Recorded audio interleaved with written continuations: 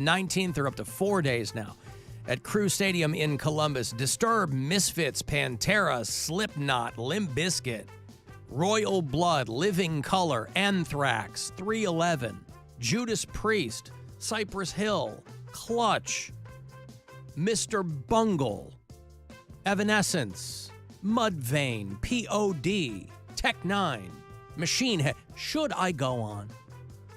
All 4 days, I got general admission weekend stadium passes for you. SonicTempleFestival.com has got all the details. Caller 10, these are yours. Good luck. 216-578-1007 or 800-348-1007. The words radio and Ohio both end in I-O. And I-O is one of the moons of Jupiter. Have fun trying to figure out whatever the that means. I-O, I-O. It's the Alan Cox Show. On 100.7 WMMS.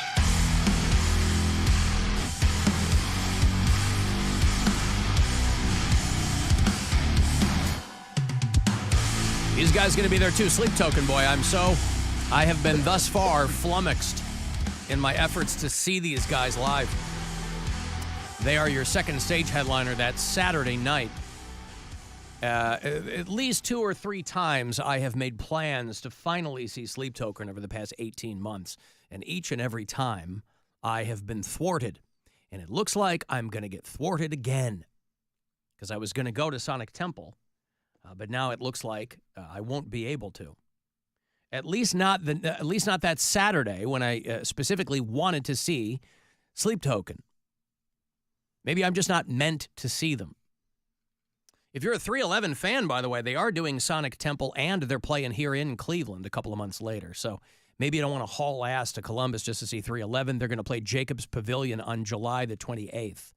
And I will have those tickets for you all week around 4:20. Cavaliers play tonight, coming off a loss in Houston to the Rockets. They're in Indianapolis tonight. That wretched Berg. Cavs Pacers tonight, 7 o'clock here on MMS and on the iHeartRadio app. And then they will return to play the Heat of Miami Wednesday night at 7 o'clock. And then they hit the road. A little bit of back and forth. Of course, April 14th. A few days after Guardians opening day will be the end of the regular season. The Hornets will be here to play the Cavs on April the 14th, which is a Sunday. You're starting to see more and more articles on Eclipse preparedness since April 8th is fast approaching. We will be live at Progressive Field, of course, for Guardians' home opener. They'll be playing the White Sox that day. They're playing the White Sox this afternoon, in fact. Out there in Goodyear. But everybody's getting prepared in one way or another for Eclipse Day. And I'm not quite sure if there is one main way to do that. I think it's interesting, all of the things I read about how people are, somebody was goofing around online and they were like, make sure you have enough gas for 4 minutes. Make sure you have enough food for 4 minutes. Of course, playing up, how long the actual totality will be. But are there Eclipse-themed snacks? Like, what do you eat for an Eclipse? You probably unscrew an Oreo and then slowly put one side of the cookie over the cream. Okay. I like that. Be my first thought. I'll leave that up to you. You're much more of a snack aficionado than I am. I bet you could really come up with something. I mean, you and Bill and I will be at the ballpark that day. We'll start our show at normal time, but they pushed the start of the game back an hour. So we'll be on probably 2 to 4:30 that day. So obviously not a full show. Are we doing like a show or are we doing like last year where we just kind of cut in? Yeah, like a show. Okay. Yeah, I mean, a couple hours. We can sit there and, Yeah. So when did we just cut in? Last year. Yeah, I remember last year, like, Dan was on in the midday, and then we all right. just kind of jumped in and whatever. I remember because I was running around. I was giving away. I had tickets to give away. Right, you were running around, but we were all there, and we kind of did our thing, I think, after 2 o'clock. But that will be an interesting day because the eclipse itself, I think, is about 3:15. So It's going to be pretty wild, but some people are treating it like it's, like we're the ancient Mesopotamians or something, and we think that the sky is falling. I mean, I get that it's an interesting thing, but all the people who are pitching it as some kind of like, oh, you got to make sure there's going to be so many people. You got to make sure that you're like, oh, okay. People are going to clap after it's Gonna done. be fine. Yeah, I don't know what you do.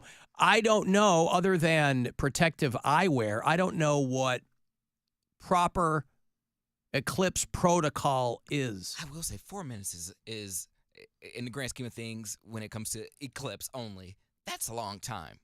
Because the last time we had an eclipse and everyone was running, this was back when we were at Oak Tree and everyone ran outside, it was like 30 seconds, right? Yeah.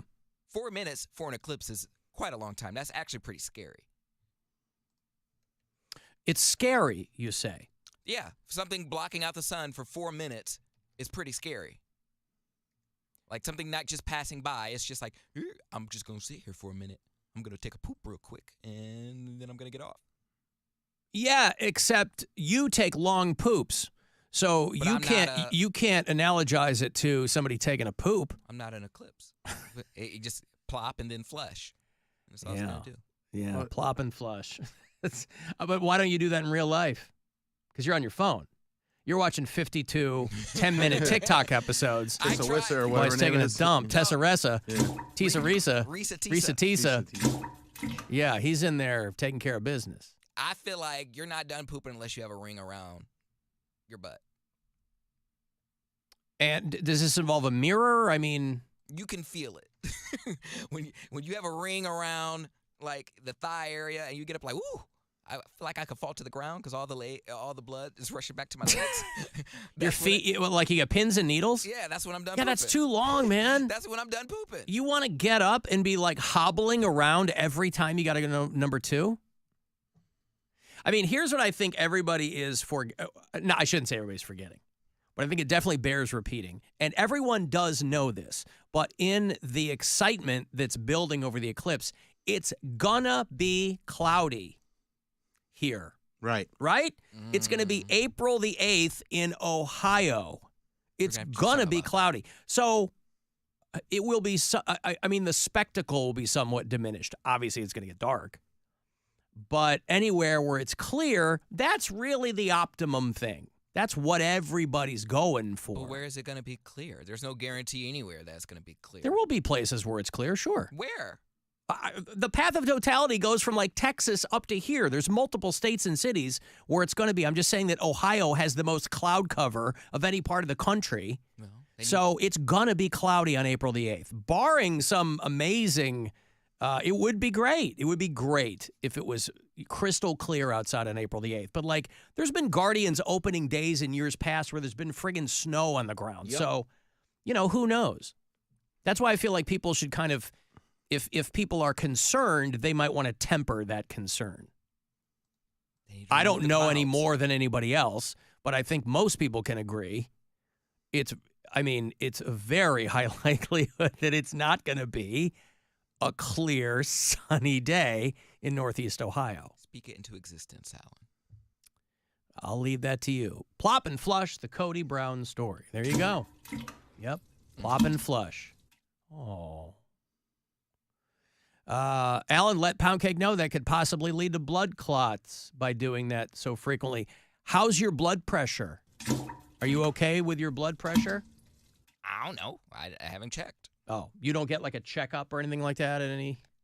I mean, the last time I went, it seemed my pressure seemed. They to be didn't say fine. anything. Yeah. No, they said it was fine. Hmm. I figure. I mean, they didn't say it was cause for alarm, so I'm assuming everything's okay. Poundcake should get moon pies. What's that? They're like the little cakey thing. They're kind of an old-timey snack, Yeah, but like like chocolate Hostess. and cakey and yeah. Yeah. Okay. Maybe. Ooh, maybe. Damn it! What is the ice cream bar? That has a polar bear on it. The Klondike? Klondike. bar? Ooh, I love a Klondike. What's that got to do with the eclipse? I don't know, but I love a Klondike. He just thinking of snacks now. Yeah, I was going to say, he's just rattling off random snacks. 'Cause I was Moon thinking- pie are like graham cracker cookies with marshmallow in the middle and Yeah, then I don't- covered in chocolate. And I don't like marshmallow like as a snack. Like it reminds me of like a Peep, and I don't like that. Okay. But A Klondike bar, you can shape that to be whatever you want. You can? I mean, they're ice cream. I mean, they're... You cut it around, cut it in a circle, then put it on top of like other ice cream. But like Oh, a Klondike bar, ooh, I haven't okay. had those in forever. Well, you know, the old tagline was, what would you do for a Klondike bar? And their advertising campaigns for a long time were people doing these, you know, they were scripted. So it was just kind of funny situations. People are doing things. But would you bark like a dog? right. I mean, White Castle sells Klondike bars as like their dessert. There aren't any White Castles left around here, but that was always a solid place to get a Klondike bar at 2 in the morning. They actually have a Klondike bar cookie. It's a cookies and cream sandwich. So it actually looks like an Oreo. So that could be my snack, my Eclipse snack. Okay. I'll just take one end of it and then move it over and then put the sandwich back together. And then when it's over, I'll eat it. Well, I'm just saying, these are things that you should think about. Love a Klondike bar. I just love ice cream. Maybe they'll have sandwiches. Eclipse-themed snacks at Progressive Field the day that we're there. Maybe. Something specific for that day. Ice cream sandwiches are probably like the best sandwiches ever invented. Like whoever thought putting a sandwich together with ice cream is just amazing. Well, they are pretty good. There are It people, took them a couple tries. They just tried regular bread at first. They're like, Ugh. oh, this isn't working. right. I could kill like a whole box of ice cream sandwiches if it's like in my house. That's why I don't buy them on a regular basis. All the people are texting me, calling me a Debbie Downer, telling me that I'm just saying. I mean, it's temper your it's expectations. yes. This part of the country gets more cloud cover And that's the than like Seattle, the Pacific Northwest. So And it's that time of the lots year and lots of especially. cloud. Yes, of course. And it's bringing a lot of money to Cleveland. So we want Well, to, that's not going to change. People aren't coming. It's going to get dark for 4 minutes, right? It's going to get dark, whether it's cloudy or not. I'm just saying that ideally, when people envision looking up and seeing a full eclipse, they're thinking of a clear sky, you know, the whole thing. well, they need to get some drones up there. We can make clouds. We can't take them away. Send some drones up there and make it warm and then make the clouds go away. Yeah. Come on, Bill Gates. Do something. Alan Poundcake said he doesn't like marshmallow as a snack. Does he prefer marshmallow as a meal? I don't like marshmallows. Like Just in general, you mean? you're not a marshmallow guy. not like dry. Is it dried or uncooked marshmallow? Like I can have it with a s'more, but I don't want it. You don't want just like a lone marshmallow. No, Oh. It's a texture thing, and it has no flavor. Like Peeps, gross. Marshmallows on something else, like gross.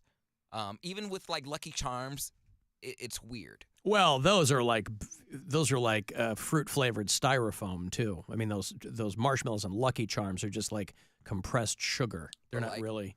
I guess they get a little spongy in the milk, but I feel like marshmallows were meant for s'mores. Like that is the reason why marshmallows exist, is to hold together the chocolate and the sprinkles when you make a s'more. Sprinkles. sprinkles. You could put You put sprinkles. Jimmy's. I know you can put anything on anything, But it's but supposed to make stuff stick together. I've never had. I've I'm not never a had s'more guy, but I've yeah. never had sprinkles on a s'more. Never even see that presented. What Like, I've what done- do they attach to? The marshmallow? Yeah, you could pour them on the marshmallow. You pour sprinkles on a s'more. I have. Wow, there's a snack hack. Mm-hmm. S'mores. So at the top of the show today, we're talking about Bill doing ecstasy yesterday for St. Patty's Day, and I was reading about this. You know, you think of Buddhist temples as being very peaceful and calm places, and for the most part, they are. But they're human beings. They're living in the world, and maybe it just gets really, really boring. And I would love to find the photos that aren't blurred out, because they blurred out the crime scene photos. There was a guy in Thailand who was a monk, and one of his friends came to hang out with him, and they both ended up doing meth. And the one guy who wasn't the monk, his friend, and this is why some people, you just can't bring them anywhere. You know, you're like, dude, I'm a monk. You can come stay with me for a bit at the temple, but you gotta be cool. Just be cool. And his friend couldn't do it. So his friend got just out of his gourd and was running around. And they found him dead. He had fallen on a Buddha statue. And so it impaled him through his chest and killed him. And they think that he had locked himself in this giant hall with all these statues, and they think what happened was he was climbing on a larger statue to, like, knock them over or something, and he fell. And he landed on a smaller Buddha statue, and it pierced him through his chest and killed him. Ouch. Pierced his heart and lungs. And the monk has agreed to leave the monastery for his misconduct. What if he was just like, no, I'm going to stay? So I'm going to hang out. Nah. You guys said vow of silence, not a vow of no meth. Y'all going to have to take me out. Yeah. His friend had taken the drug with him, but then in the morning woke him up by hitting him with a fluorescent light bulb. See? And then ran into the main hall and tried destroying Sounds statues. like a hardcore wrestling match. I know, See what happened in right? the first segment. Drugs are scary if you don't know how you meth ain't that bad. That guy says that meth ain't that bad. He's never tried to. Well, he was probably with someone he trusted. He was like, yeah, I can do this. This meth is, you know, I'm amongst friends here. Yeah, Hey, man, meth ain't that bad. that's pretty wild. But I would love to see the photos that aren't blurred because they've got the, there's the Thai news service or whatever. They've got photos somewhere of the dude laying there with like the spike of the statue coming out his back. That's awesome. I got a break. Hey, you want to go see Bert Kreischer? He's doing that Fully Loaded festival tour, and they're going to do it around here down in Canton at the Hall of Fame Stadium. So it's Bert, it's Tony Hinchcliffe, Whitney Cummings, Big J, Dan Soder, and more. If you want to go to that, it's mid-June, so I'll have tickets for you coming back. The Alan Cox Show on 100.7 WMMS. And everywhere you go on our free iHeartRadio app. Buzzard Radio. The Buzzard. Is Rover. 3, 2, 1, go.